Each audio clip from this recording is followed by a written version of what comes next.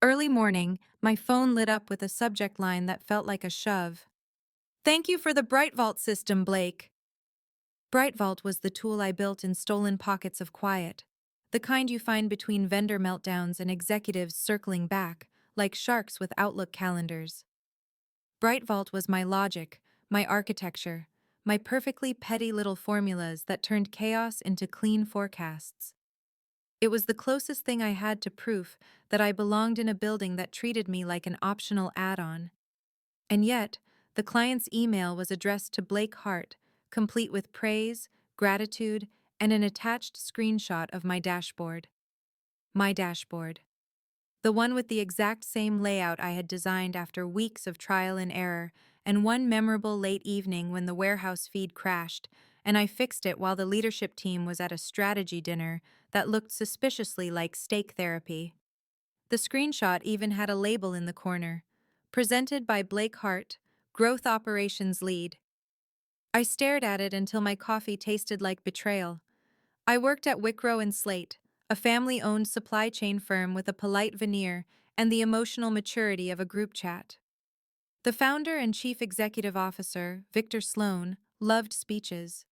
He loved saying things like, "We are a family," while making sure the family never got inheritance rights. I was married to his son Ethan, which meant I had a ring on my finger and a target on my back. To Victor, I was not an operator or a strategist. I was a convenient symbol. Proof the company was modern. Proof it was warm. Proof it did not chew people up. In reality, Wickrow and Slate ran on three things: vendor favors, panic, and me. I built the vendor pipeline that stopped our shipping costs from ballooning into a controlled burn. I negotiated exclusivity with North Alder Components, a supplier that had ignored Victor's calls for years and only answered when I sent a calm email with bullet points and consequences. I created Brightvault because our forecasting used to be a haunted spreadsheet full of broken links and bad decisions.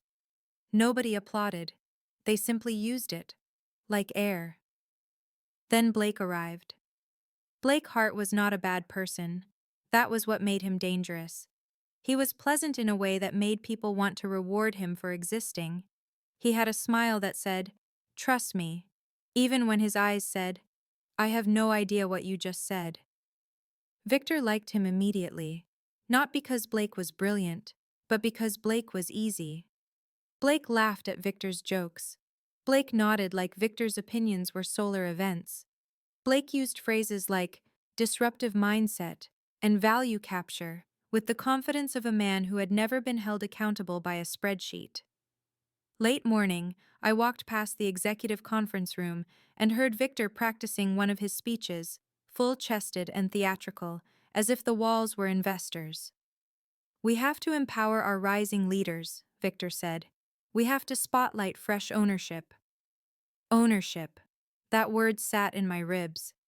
I kept walking, because I had learned the Wickrow and Slate survival skill. Never look like you are listening, even when you are memorizing. Midday, a calendar invite hit the entire company. All hands.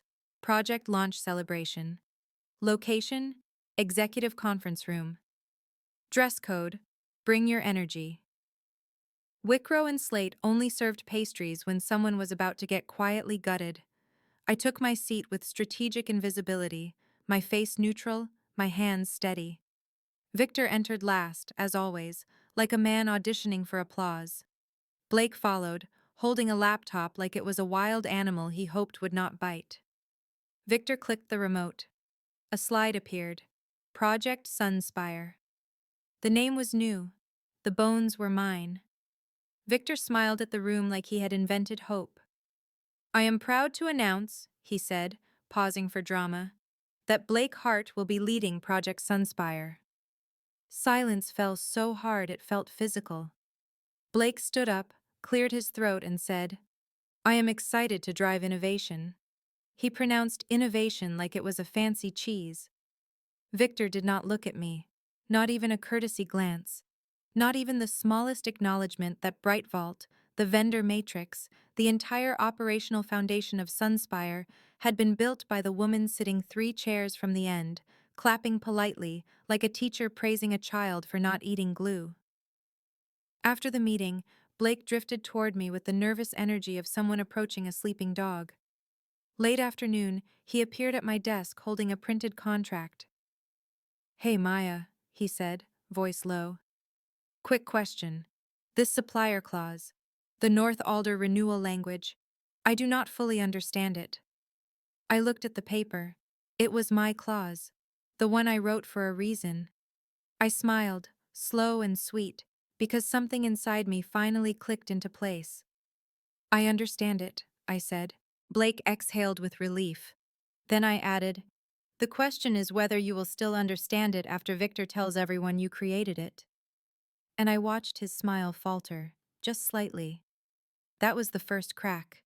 And cracks, if you feed them correctly, become collapses. Early morning, Blake sent me a message that was trying very hard to sound confident. "Hey Maya, can you send me the Bright Vault master file? Also, any notes would help." The word master did not belong anywhere near Blake and Bright Vault. Bright Vault was not a file. It was a living system, a stitched-together ecosystem of vendor feeds, forecasting rules, and automation triggers that only behaved because I had trained it like a temperamental show horse. I wrote back, "Bright Vault is in the project repository. True, in the way that a shark is in the ocean. Yes, technically accessible. Also likely to remove a limb if mishandled." Midday, I watched Blake wander from desk to desk asking questions that made my teeth itch. Who owns the supplier escalations? What is the difference between a penalty waiver and a penalty? Is North Alder a client or a vendor? He asked the last one twice. Meanwhile, Victor paraded him through meetings like a prize-winning golden retriever. "Blake is taking the lead," Victor told everyone, voice glowing. "Fresh perspective, strong presence. Strong presence, weak comprehension." Late afternoon, my team stopped by my desk one by one, the way people approach a crime scene when they suspect the body might be theirs. "You are okay?" one asked carefully. "I am excellent," I said. Which was true. I was not sad. Sadness was for people who still expected fairness. I was simply awake. Late evening, I opened my personal folder, the one I had named "In Case of Foolishness." It held everything: email threads, access logs, vendor agreements, and the Bright Vault documentation I wrote in precise language because I knew one day someone would pretend my work had appeared by magic. In that folder was my favorite little insurance policy, the North Alder Liaison Clause. When I negotiated that contract, their operations director, Marisol Keene, had asked why I insisted on a single authorized liaison for renewals and escalations. "Because fragmented communication causes mistakes," I told her. That was true. The other truth was simpler. People who erase you always assume you will still save them. The clause stated that only the designated liaison could authorize changes, and reassignment required notice and written approval. It was clean, professional, and deadly in the way a paper cut can be deadly if you keep pretending you are not bleeding. Early morning, Blake called me, voice tight. "North Alder is not responding to my emails," he said. "They keep redirecting me to Marisol. But Marisol's assistant says I am not authorized. Can you just tell them it is fine?" I swiveled in my chair and watched Victor's office through the glass, where he was laughing with two directors as if competence was contagious. "It is not fine," I said. Blake lowered his voice. "Victor said you would support me." I smiled. "Victor says many things." There was a pause, then a small, desperate laugh. "So what do I do?" "You read the contract," I said. "The one you are taking credit for." I ended the call before my politeness could develop into comedy. Midday, Victor summoned me. His office smelled like expensive wood and decisions that aged poorly. A framed photo of him shaking hands with an industry executive hung behind his desk, like proof he was still invited to rooms where people pretended to listen.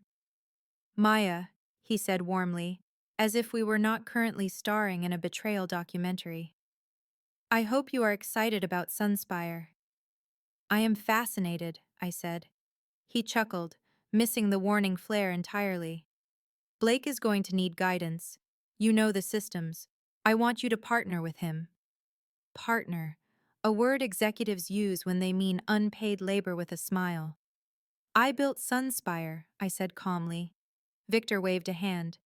You supported the groundwork. That matters. But leadership is different. Blake has the presence. Presence again. As if competence was optional if your jawline was symmetrical. Late afternoon, I slid a folder across his desk. He opened it and glanced at the top page. It was my resignation letter. Victor blinked hard, as if the letters might rearrange themselves into an apology. You are joking, he said. I do not joke about my time, I replied. His smile tightened. Is this because of Sunspire? It is because of the pattern, I said. Sunspire was simply loud enough for me to hear it clearly. He leaned forward, voice sharpening. Maya, do not be emotional. I stared at him. If someone had called me emotional during the years I held 5 departments together with caffeine and discipline, I might have laughed. Now, it felt like a ceremonial insult, like he was trying to place a crown on my head made of disrespect. I am not emotional, I said. I am prepared. Victor's tone shifted to negotiation, sweetened with panic he thought he was hiding. Take a few days, he said. We can adjust your role, increase your title. You can be a senior advisor. Advisor. Another word for do the work while someone else gets applause. I already advised, I said. You ignored it. I stood to leave. Victor's voice followed, a little too sharp. You cannot just walk away. We need continuity. I paused at the door and looked back, letting silence do what truth always does in rooms like this. You should have considered that before you handed my project to a man who does not know whether North Alder is a vendor, I said. Then I walked out. Late evening from my car, I sent one email. To North Alder Legal. Subject: Notice of authorized liaison departure. No threats, no drama, just the calm click of a lock turning. Because if Victor wanted Blake to lead Sunspire, Blake was about to learn what leadership looks like when the foundation belongs to someone else.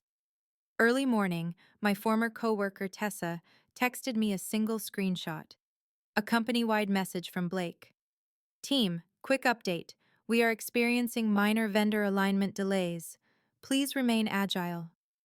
Agile was the word people used when they had no plan and hoped movement would count as progress.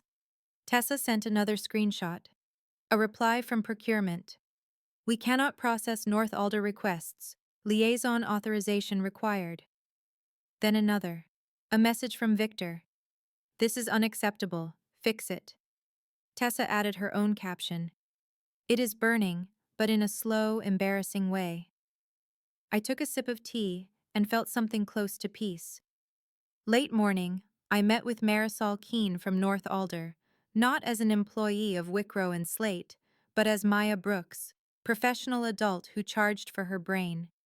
We sat in a quiet cafe where the chairs did not feel like punishment. Marisol folded her hands. They are calling us constantly, she said. Blake is very persistent.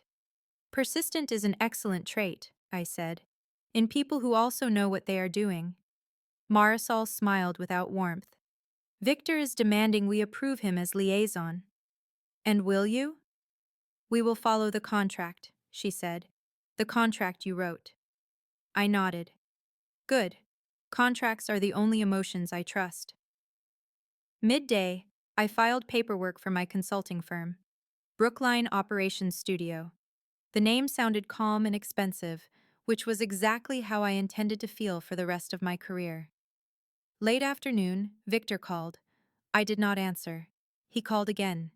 I still did not answer. Late evening, he emailed with a subject line that pretended it was friendly. Checking in. The body was shorter than his ego. Maya, we have run into complications with Sunspire. I would like to discuss a short-term arrangement. Call me. Short-term arrangement. Like my expertise was a spare tire. I replied with a single sentence. Send details through my client portal. I did not have a client portal yet. I created one immediately after sending the email because revenge is best served with strong branding. Early morning, Tessa sent more screenshots. A Sunspire client escalation. If Brightvault is not functional by next cycle, we will terminate. Then a meeting invite. Emergency alignment session. Victor, Blake, legal, procurement, and 3 directors who had previously ignored my warnings about vendor concentration risk. It was a symphony of panic, conducted by people who thought I was replaceable. Late morning, Blake messaged me directly. Maya, can we talk? I think there has been a misunderstanding. Misunderstanding. Like my project had accidentally walked onto his desk and introduced itself. I replied, there has been an assignment, not a misunderstanding. He sent another message. Victor said you would help for the good of the company. I stared at the screen. The good of the company was what people said when they wanted you to accept damage politely. The company had never been good to me. It had been hungry. I wrote back. I help clients. I invoice clients. I do not rescue people who stole my work. Midday, Victor finally used a tactic I had not seen before. Humility, badly performed. He called again, and I answered, because I wanted to hear the sound of his certainty collapsing. Maya, he said, voice smoother than his situation. We need you. I am aware, I replied. We are willing to offer a generous consulting fee, he said. You can come in, stabilize things, and then we transition back to Blake. He said it like I was a mechanic, and Blake was the car's rightful owner. You want me to build the bridge, I said, then hand the ribbon-cutting scissors to the man who set the lumber on fire. Victor exhaled, annoyed. Do not be difficult. I am not difficult, I said. I am expensive. There was a pause, then Victor's voice turned quiet, the way executives get when they realize charisma is not accepted as payment. What do you want? Late afternoon, I opened a document and typed terms with the calm joy of a woman writing her own escape route. 90-day minimum retainer, paid up front, no subcontracting, vendor communication routed through me, public acknowledgement of authorship for Brightvault and Sunspire's framework, and a delightful little clause. If they breached terms or attempted to sideline my role, the rate doubled. Late evening, I sent the proposal. Early morning, the payment hit my account. Victor replied with one line. Accepted. Start immediately. I smiled. Not because I was returning, because I was returning as the storm, with a contract as my umbrella. And somewhere inside Wickrow and Slate, Blake Hart was learning a lesson that should be printed on every corporate badge. You can wear someone else's work like a suit, but if you do not know how it is stitched, it will split at the worst possible moment. Early morning, I walked into Wickrow and Slate as a consultant and felt like a ghost with receipts. The security guard glanced at my visitor badge, then at my face, then looked away quickly, as if eye contact might trigger paperwork. Victor met me in the lobby with the strained smile of a man trying to hug a bear. We are glad you are here, he said. I am glad you paid, I replied. He laughed, but it sounded like an apology swallowed too late. Late morning, we gathered in the executive conference room. No pastries this time. No performance snacks. Just bottled water and the desperate energy of people who had finally realized the engine had a name. Blake sat near the end of the table, shoulders tight, laptop open, staring at Brightvault like it might confess if he stared long enough. Victor began. Maya will help us stabilize Sunspire and guide vendor relationships. One board member, Elaine Mercer, leaned forward. Why exactly did we lose vendor authorization? Victor's throat bobbed. Administrative oversight. I spoke before he could bury it in euphemism. The North Alder contract requires an authorized liaison, I said. That was me. Reassignment requires notice and written approval. You attempted to skip both. Elaine's gaze snapped to Victor. You signed that contract. I assumed it was standard, Victor said quickly. Maya handled those details. Yes, I handled the details. That was the problem. He treated my expertise like background noise until the silence caused damage. Legal cleared her throat and slid a folder onto the table. There is more, she said. Victor blinked. More? Legal opened the folder and pointed. Bright Vault documentation, authorship logs, IP framework notes. Elaine frowned. Why is this relevant? Legal hesitated, then spoke carefully. Because the company does not fully own Bright Vault. The room went still. Victor's face tightened. That is not possible. It is possible, Legal said. The system was built using Maya's independent tooling and documentation. She repeatedly requested formal IP assignment and resource allocation. Those were not executed. Her exit documents and internal records reflect retained rights. Victor's jaw flexed like he was chewing on denial. Elaine looked at me. Is that true? Yes, I said. Bright Vault is my framework. Wicrow and Slate licensed its use while I was employed. Now they license it through my firm. A director sputtered. You cannot do that. I can, I said, because your company never did the paperwork required to prevent it. Victor's voice rose. You were my employee. And you were my obstacle, I replied, still calm. I asked for recognition. I asked for title alignment. I asked for proper assignment. You preferred speeches. Blake shifted in his chair, eyes wide, as if he had just learned the crown was rented. Elaine's tone turned sharp. Victor, you handed the Sunspire lead role to Blake without confirming ownership rights and vendor continuity? Victor tried for charm. We needed leadership presence.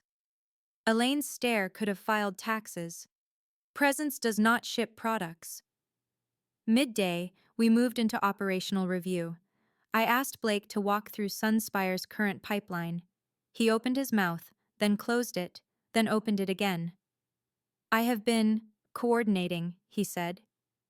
Show the vendor escalation path, I said. Blake clicked through folders with the frantic rhythm of a man chasing his own lie. He pulled up a slide deck. A deck. Of course. I leaned back. That is not a path. That is a bedtime story. Victor snapped. Maya. Elaine raised a hand. No, let her speak. I did. I walked them through the real structure. Vendor triggers, penalty conditions, renewal windows, license dependencies, and the exact reason Sunspire was bleeding credibility. Not because the idea was flawed, but because the person holding the steering wheel could not read the dashboard. Late afternoon, Elaine dismissed everyone except Victor, Legal, and me. Victor, she said, your decisions have exposed the company. Victor's face went pale. We are resolving it. Elaine nodded toward me. Only because she is allowing you to resolve it. Victor looked at me like he had never really seen me before. Late evening, I emailed my updated terms. Board-level rate, expanded authority, and a new clause requiring written acknowledgement of authorship in internal records and client communications. Victor responded with 2 words. Agreed. Immediately.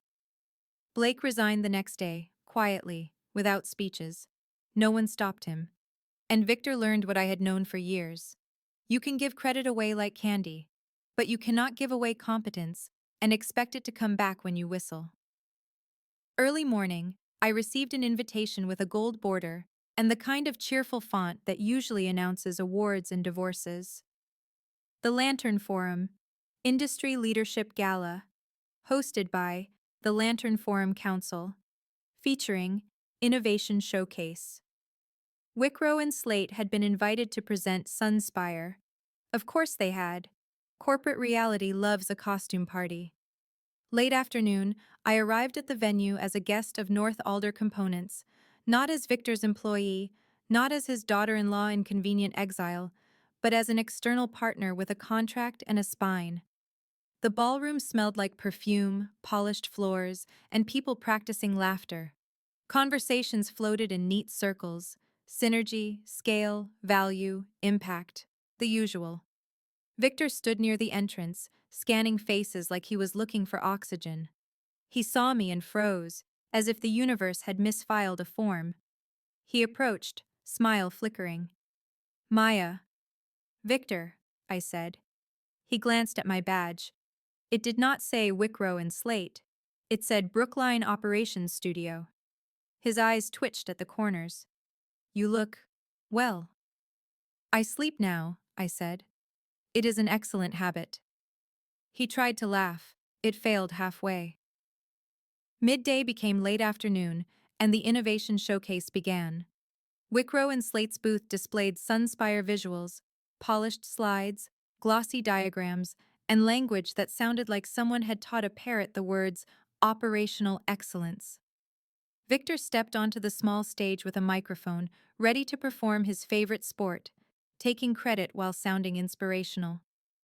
Sunspire, he announced, represents our commitment to bold leadership and fresh vision. I watched from the crowd, holding a sparkling water that tasted like irony. Then came the live demonstration. Victor gestured to a screen. We will show you Bright Vault in action, the engine behind Sunspire's predictive power. He clicked. The dashboard loaded, and immediately flashed an access notice. Licensed user authorization required contact. Brookline Operations Studio. The room murmured. Victor's face tightened. He clicked again. Same notice. He cleared his throat, too loud into the microphone. Minor technical issue. Elaine Mercer, seated near the front, did not move. Her expression was calm in a way that suggested someone else was about to lose their job. Victor's eyes searched the crowd and landed on me.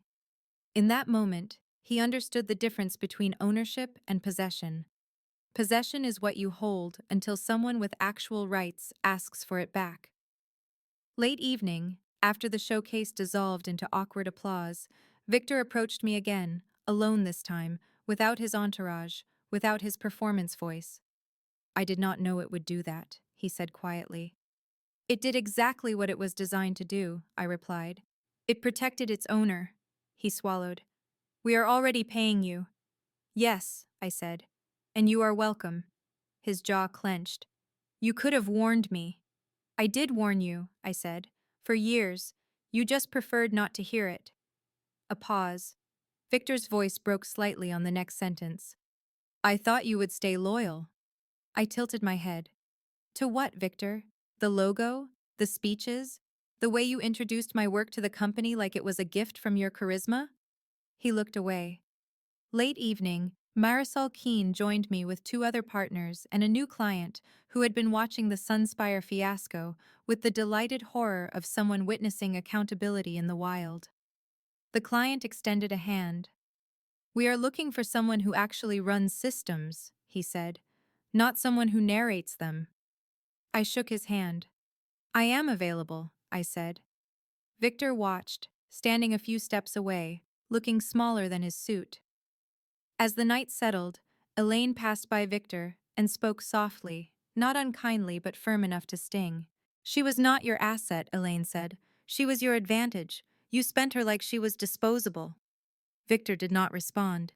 He just stared at the floor, as if hoping the wood grain might reveal where he went wrong. I did not gloat. I did not need to. Revenge is not always a dramatic explosion. Sometimes it is a quiet, legal, elegantly invoiced transfer of power. Late evening, I signed a new contract at a table near the windows, black ink on white paper, clean and final. Victor walked out of the ballroom alone.